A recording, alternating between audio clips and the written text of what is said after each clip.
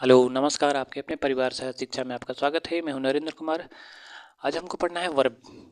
Verb मतलब क्रिया। और यहाँ पे क्या है, फॉर्म्स ऑफ वर्ब्स। क्रिया के अंतर्गत हमको पढ़ना है फॉर्म्स ऑफ वर्ब्स। वर्ब की भेद, वर्ब कितने प्रकार के होते हैं। और इस टॉपिक को शुरू करने से पहले आप लोगों से निवेदन है कि वीडियो को पूरा लास्ट तक देख के जाएं।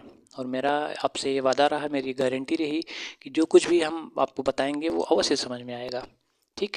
और वीडियो के अंत में, लास्ट में आप कमेंट करके बताएंगे कि क्या चीज़ें आपको समझ में आई, या और जो कोई भी राय आप रहेगा आपके पास, वो हमको दे सकते हैं, कमेंट में ऐड कर सकते हैं। तो पहला है, क्या है वर्ब, फॉर्म्स ऑफ वर्ब्स के अंतर्गत पहला है बी फॉर्म ऑफ वर्ब्स।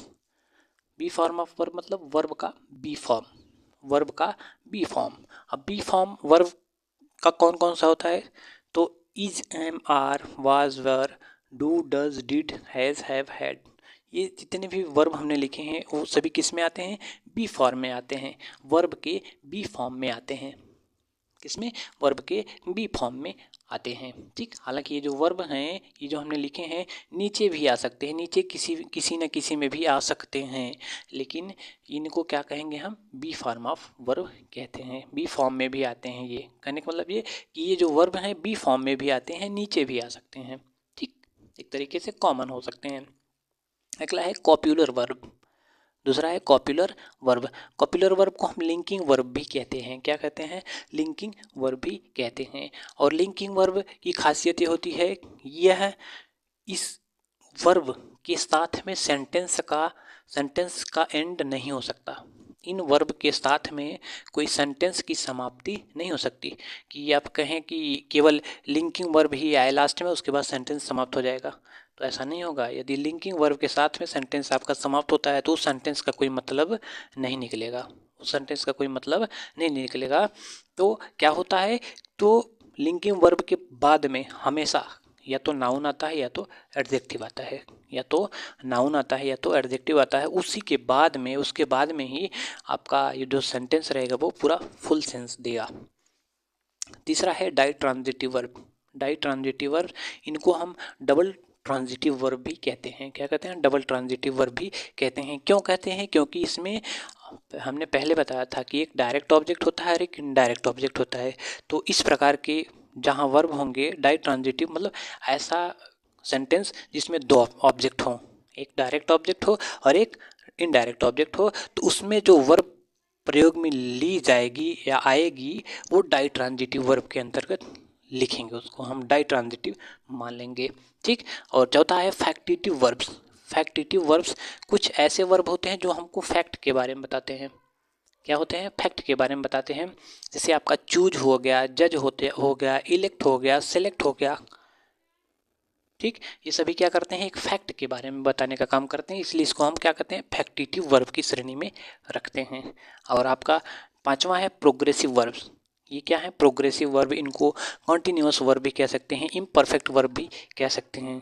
क्योंकि ये क्या करते हैं, किसी काम के जारी रहने की दशा को दिखाने का काम करते हैं। ये बताते हैं कि कोई काम पूरा अभी नहीं हुआ है, इनकी मदद से हम क्या करते हैं, दिखाते हैं कोई काम अभी पूरा नहीं हुआ। जैसे आई एम टीचिंग, मैं पढ़ा रहा हूँ। यू आर रीडिंग, आप पढ़ रहे हैं। You are watching your mobile, you are watching my video through your mobile. तो इन सब में क्या हो रहा है कि प्रोग्रेस में है, अभी काम जारी है, काम जारी है, अभी काम पूरा नहीं हुआ है।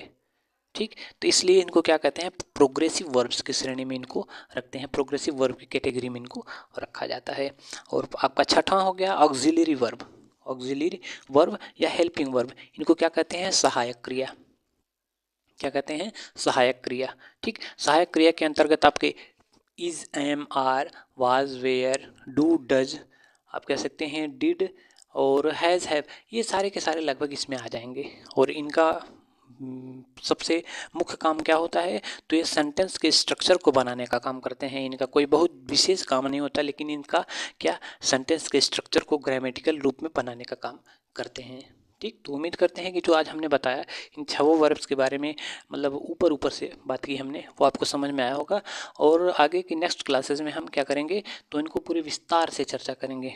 जैसे बी फॉर्म ऑफ वर्ब क्या होता है, is, am, are, was, were, do, does, did, has, have, had, ये बी फॉर्म ऑफ वर्ब होते हैं। तो इनके बारे में बात करेंगे कि ये किस प्रकार से काम करते हैं या कहाँ इनको प्रयोग किया जाता है।